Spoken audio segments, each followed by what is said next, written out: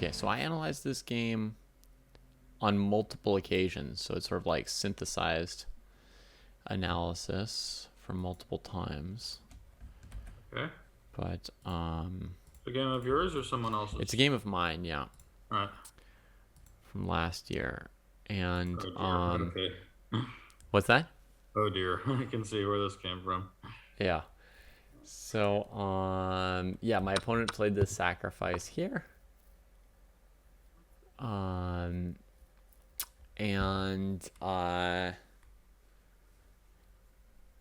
yeah, I mean, I've played like this as white in blitz games, but I've never known like what the official word or whatever is on this line, if it's good or I have bad. no idea. I haven't. I don't think I've ever touched this for either side. Yeah. But basically, I always thought, it was trash that I was playing for fun in blitz to create an unusual position. How can it really be that bad? I mean, it doesn't look that terrible. Yeah, I mean, I didn't think it was like losing, I just didn't think it was like an opening I would play in a tournament against a master. Yeah, well, most masters will not play the Dutch against you in a tournament either. The So opportunities are few and far between. yeah, I don't know. When was the last time you faced the Dutch? I mean, for me, I think Rui Feng played it against me in 2016 or something. But yeah, So 5 or 6 years. Yeah. Okay. So I played like this. Okay. Whoa, you take f5. Yeah, You're playing white or black in this game? black. Okay. So this after King D7, this feels like the first critical position, probably. Alright, so let me just material wise, it's currently white's down in exchange, right? Yeah. So the question is, do we want to play more for short-term or long-term compensation? Because if you want to play for long-term compensation, I would think we should play queen takes f5 check to preserve the pawn structure. And then after king c7, it should be pretty clear that black is not going to get checkmated. Yeah. But there's really good strategic compensation. And basically what I've always said and what I've constantly yelled at my students at over and over and over again is that whenever you're evaluating any exchange sacrifice, the first question you always ask, is how good are the rooks? And if the rooks are good, it usually doesn't matter what kind of other compensation you have or how many pawns you have. Or if the rooks are good, the exchange sacrifice should fail. And the question is well, black's rooks obviously are not good after queen f5 check king c7, but they may have some potential because of the open f file someday. Mm-hmm. So my sense is here, I'm not that confident in playing like sort of for long-term compensation. I think white should be being pretty aggressive here. So how do we do that? All right, e takes f5 seems okay. I don't know. Yeah. I mean, did you have some thoughts on it, or? I mean, my thought was in the game I expected queen f5 just because it's a little less committal, a little bit safer or whatever. But e takes f5 was a bit better than I thought it would be, and my current thought is that it's about equal. The position is equal? No, well, yeah, the position also maybe kind of close to equal, but also it's pretty equal between ef5 or queen f5. I don't know. Intuitively, I certainly would take the white side here. Maybe it's not anything special, but ef5 actually is sort of starting to grow on me because it will shut down the f file, which I think is how black's rooks will get active someday. Yeah, you can hamper black quite a bit with that pawn. And the e6 square could become a problem. So okay, fine, ef5 it is. Yeah. So ef5 was played, and during the game I thought queen f5 would maybe be slightly better than ef5, but I didn't think it was like a big deal. I wasn't like, oh my god, how could they do this? But I've got a decent sequence here with queen e8, queen h4, king c7, bishop d3. But now I played a move which I've decided I hate. It says you played knight a6. Why is this such a terrible move? So I played knight a6, and that's like the conclusion that I've sort of reached, and I wanted to check with you about. So basically, knight a6, a3. I was very happy about this tempo. I attacked this pawn. Yep. Whatever move white plays, I'm just going to break with e6 right away, right? Sure. So here... If he was playing queen h3, he probably should have played queen h3 earlier, right? presumably, yeah. Although maybe then I would have played something different with the queen on Sure. h3. I don't know exactly how it would have played out. But yeah, I mean, Okay. I was very happy with what I was doing. Like I Okay, but thought, actually, I really dislike e6 when you played it. ah, okay.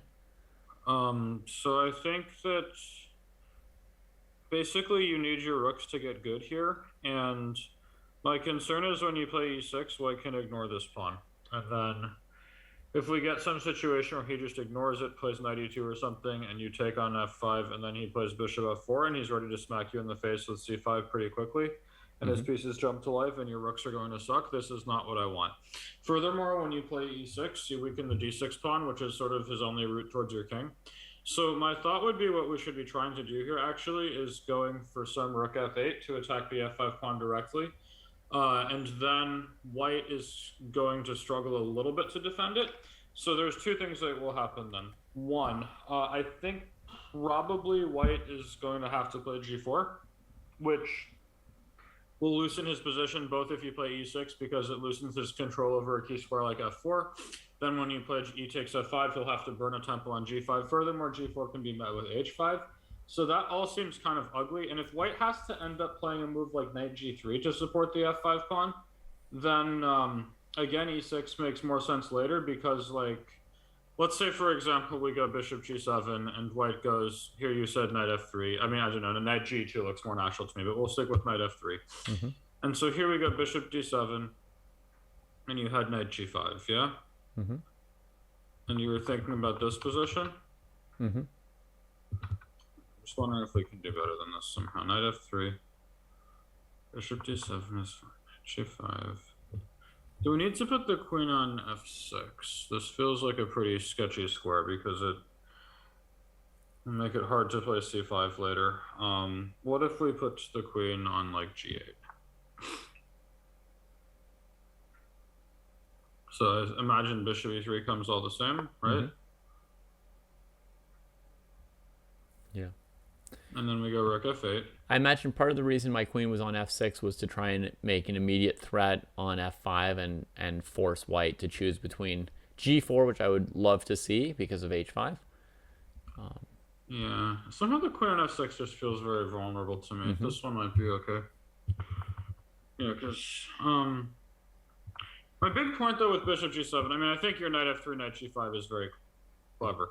But like, let's say if white were to play knight g2, which somehow felt like a more natural way to develop to me, I was thinking if we did something like this and then played rook a f8 next, if we can provoke this knight to g3, especially like if white has to play bishop e3 to get ready for knight g3 next, it feels like the bishop isn't coming to the most aggressive square. And if he does something like bishop e3, rook a f8, knight g3, maybe now it's time for e6.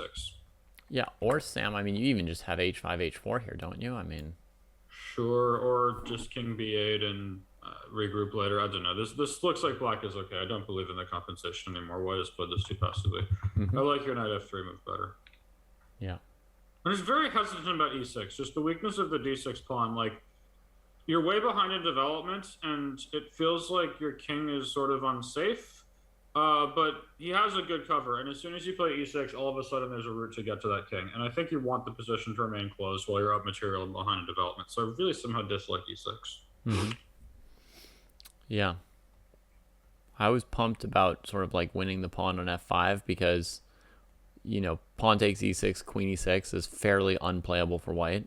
Yeah, you certainly not worried about that. I'm very worried about the d6 pawn. So I was very impressed with myself. I'm like winning the pawn, I'm crushing white. But for exactly the reasons you said, the position's not as good as I thought. Well, And also, I don't think you said you're crushing white. I don't think your goal should be to crush white in this position. Your goal should be to keep things as boring and solid as possible and eventually hope that your extra exchange wins the game. that's what I mean by crushing white. I thought I was pushing white over the edge from like worst to lost. And I would just have to hold things together from there on. I always did admire your optimism. Yeah.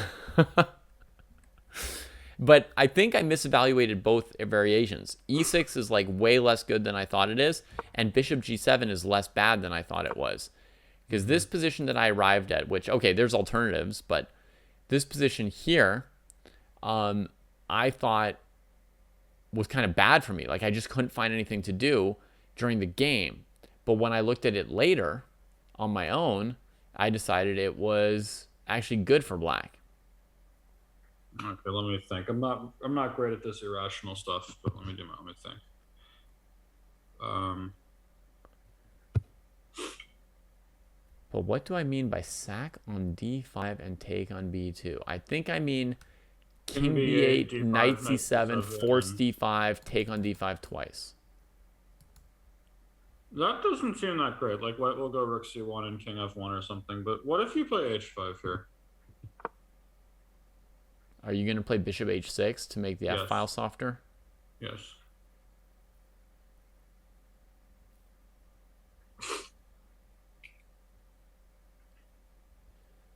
Okay, my one question is where we go against knight e4. The queen's almost trapped. My thought was G6, but then you don't have a useful discovery then. Okay, And then also Queen G4 could be coming. right. Didn't know. I mean, I'm not great at this irrational stuff, but this seems like black shouldn't be doing so badly. Mm-hmm. Yeah. I think trading off a pair of minor pieces is going to be tremendously helpful for him here. Mm-hmm. Yeah. So, Yeah. I think like part of my mistake was like I evaluated this position based on not like coming up with moves in this position, but it's hard to evaluate a position by calculating 6 moves ahead and then not coming up with like moves or a plan in that position. It's a little bit far afield to like insist on seeing your next concrete idea and your next concrete idea. yeah, I don't know. I mean, you sort of feel sort of useless here, but I think H5 makes a lot of sense. Yeah. Okay, so I played e6, bishop f4, takes the pawn, castles. I thought white would play c5. Yeah, I mean, he's going to. I mean, if he does it next move instead of this one, it shouldn't be a huge deal. Here again, I thought white was going to play c5. Yep. They did this and let Whoa, D5? my... Yeah. Not C5, but letting the knight get to C5? It's a very low-level game, Sam. Really? I mean, I know you're an idiot, but who's this Ming guy? He's probably pretty smart. Also an idiot, apparently. Okay. Is this Ming Lu? Yeah? He's a smart kid. Okay. Well, he played d5 here. Okay. I mean, the moves in this game are particularly bad. But, I mean, it's a non-standard position, you know, so there's going to be more mistakes. But here's my thought, Sam. I think that the positions with c5 are quite good for white. I agree. But I also am wondering if castling long was a mistake. The big thing I'm thinking is that if CD6 and you want to take back with the bishop, it might really be nice to have the possibility to go knight b5 and rook c1 check. Yep. Now, the king might just be better on f1 than c1. Now, let me tell you, like, first we analyzed for a long time the positions that are like c5, bishop d7, castles queenside, like this kind of position, you know, and like rook e8, and then white develops the knight. And these positions were good for white. Yeah. And then somebody in chat said, hey, why don't you play rook c1 in this position? And I looked at it for a while, and I couldn't defend against this move either. Yeah. I mean, I'd just sort of be a little bit hesitant to play rook c1 just because it feels to me that it should be at this point pretty clear that the knight belongs on f3. Mm-hmm. And I'm not yet sure if I want rook c1, if I want castle long, if I want king f1, rook e1. Like, this rook has lots of different routes into the game, and I'm not yet convinced which one is best. It probably depends a lot on what black does. But I do think I'm very confident we want to play knight f3. So it feels like that's a better place to start. Okay. Sure. The overall point I want to make is, like, I felt this position was tough for black, and we tried 2 or 3 different ideas for white, and like each of them were tough for black. So my feeling after looking at a lot of these positions, Sam, was that like putting the knight on a6 was just not worth it. So what should you do instead? But going back to this moment where you played knight a6, we have to have some way to coordinate the pieces. Right. What if we just brought this knight to the king side? Would that be bad? So, I mean, maybe that's a more prudent way of playing, but I also don't think you're ever going to equalize doing that, because you need to somehow get your rooks into play. Mm-hmm. And this pawn on f5 is cramping you so hard that it feels like at some point you're going to have to play e6. And with your knight on the f6 square, it's going to be so hard to do. How And about starting with h5, bishop h6, just leading? that makes more sense to me, but also it sort of feels like you're screwed almost no matter how you play. So let's say we go h5 and I go knight f3, and then you play bishop h6, and I'm just wondering if I can just like take this and go like c5, and then you cannot take on c5. And, or I mean, here I might even just be able to put a pawn on g6 and see what happens. Pawn on g6. Okay. Yeah, that could be an issue. Basically, I think if you don't have a way to activate your rooks, like the only good thing about your position is you're an exchange up, right? And so the way that you make that count is you turn your rooks into good pieces. And if I just keep all the files closed and give you zero opportunity to open the position with e6 and get a pawn all the way to g6, so even the half open g file is not a thing, and then I can round up the h pawn, like I can just sort of cruise through almost. I don't even know. G4 is probably like not even the best move, but it looks like annoying enough that I would be bothered by it. Okay. The only thing I can do against this plan of yours is directly win f5. That's sort of my only. Sorry, can you say that one more time? I think winning f5 is my only counterplay against you running the g pawn forward. You want to play like rook f6, g5, and then second exchange? Nah. Okay, and here if I go g5, rook f8 is something, I guess. Alright, and if I go... Yeah, okay, this isn't so easy. Yeah, maybe g4 was too much. So. Somehow, like... Creating these bishops here just feels a lot less good than it was in the previous position, because back there, White had played f takes e6, and I had specific reasons to trade these bishops. I wanted to use the f2 square, the f4 square, and this bishop on e3 was pissing me off. Here, like, there's not that much reason to trade it, and maybe I'm just being dumb with bishop h6. I saw this g4 idea, but, like, let's say, what if I start with c5? I mean, this is typical, right? Okay. So you're just going to leave your king somewhere random? Yeah, f1 is fine. Okay. This feels like the right place, right? Okay. Okay, so this looks like it should absolutely collapse in a move or two. So let's say I start with knight g5, I provoke your knight to f6. Yep, that's where I'm headed. I was wondering if I can just throw d5 at you here.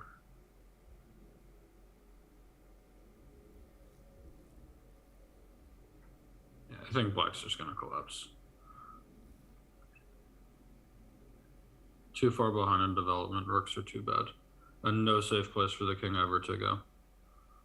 Mm-hmm. Yeah, you even have the switch to b4 and a4. Yeah.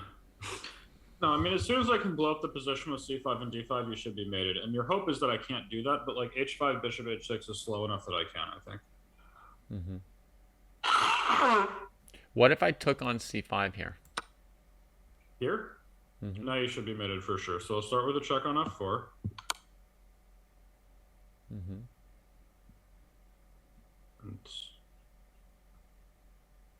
And I think this is just mate. Like, say we go king d8 and I just take this one and I'm ready for rook d1 and knight g5. I think you're very much checkmated. Yeah, that feels right. In fact, I don't even think it's close. Mm-hmm. Yeah. I see you. Yeah, there's just no way to get this rook into play. These rooks into play and open them up. This position feels really tough. Okay. Good to know. Yeah, I felt like my knight sort of got trapped on a6 and I had a bad game for a while, and then I got an opportunity here with knight c5, and then I didn't take the bishop. So you could have taken the bishop and played c5 or something, but then knight e5 would come? And then they played bishop c2, and then b4, knight back to a6. Oh, great. I was replaying this. I was replaying this game, Sam, to study it, and I had to go get the paper score sheet because I couldn't believe that I didn't take on d3. I was like, the moves must be out of order. Like, white must have played bishop c2, then queen f6, then queen h2. There's no way I didn't take this piece. Yeah. Even this, like, if you take this, like, what's your next move? Do you have to play c5? Or queen f6 was the other. Because c5 knight e5 is an issue. Queen f6 c5, it looks like you're crushed. This still doesn't look easy. I wouldn't say it's easy, and that's probably, there was some fear that kept me from playing knight d3, but oof. I don't actually see how you save this. Like, what's your next move? Okay, so on c5 you play knight e5. I mean, that's one idea, yes. What does that do to me? Well, you will. I don't think you want to take this guy, Nope, right? And I so won't. then I'm going to take on d7, go knight b5, and take on d6.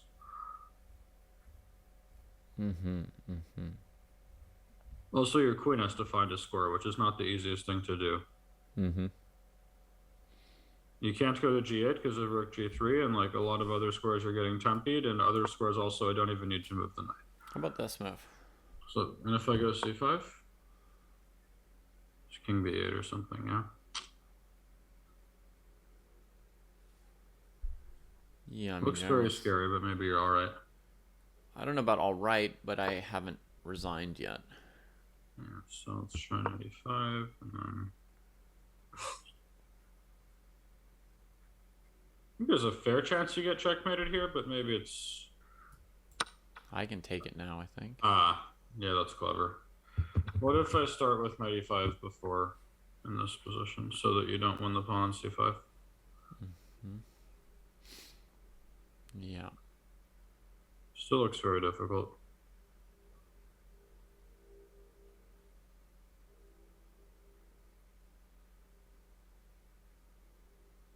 I don't know. Yeah, a little bit difficult. It might be that this variation just sucks for black. That could be the case. I'm not sure. Yeah, it's possible. So here I'm going like queen f6, then I can never take, then I can never even I go threaten to c5 take. now, and I was And you can thinking just you can play try to run away. But let's say I go knight c4 here. It's quite an outpost. Yeah, and like... I guess your one saving grace is the pawn is on a3, so after knight d6, knight a4, knight b6 won't just mate you, but still it looks pretty bad. That's a sad saving grace. Okay. So the root of my problems is more than just what I'd figured out that the knight sucked. Yeah, I mean, I think this line is just... Let me try to... How did this game start? We sort of skipped through the beginning. Yeah. My understanding was that... okay. So I think you just played a bad line. My understanding is g6 is a dumb move for specifically this reason. I think this was the state of theory once upon a time. Wow. And you're supposed to play... If you want to play the Leningrad Dutch, you play d6 here. Okay. This way you force white to make a move, and then you play g6 after something like knight f3. Wow, who knew? But my understanding was g6 is supposed to just suck because of h4.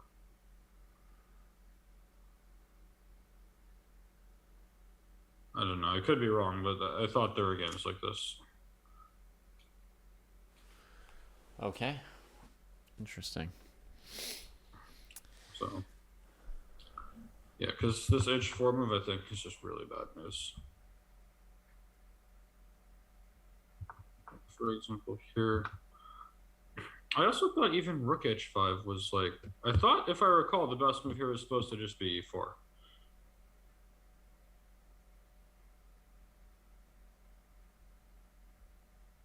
I'm pretty sure this was right, because after rook h5, gh5, e4, like there's this plan. I guess you can consider going with this like king d7, c6 business. But here, like my biggest threat is e takes f5 and then g4. Right. So I certainly can't do anything other than like take or retreat my knight. And if you take, yeah, I mean, take then rook h5 might, I don't know, but I thought that e4 was supposed to be more accurate, but I don't know. It's been a long time since I checked this line, but I thought basically black, they don't really play the Dutch, but if they do, they really don't allow this. They always play d6 before g6 against this move order from white. Yeah. Also, after knight c3, can you just go e6? Sure.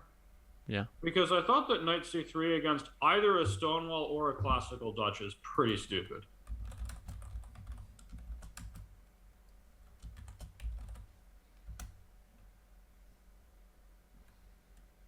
I don't know. I mean, I'm not the biggest Dutch expert, but I think that basically this was just about opening. Because I didn't really see any moments in the game where I was like, wow, black had chances or black could have done anything. It felt like white was making more mistakes than black, and I still hated your position the whole way. Yeah.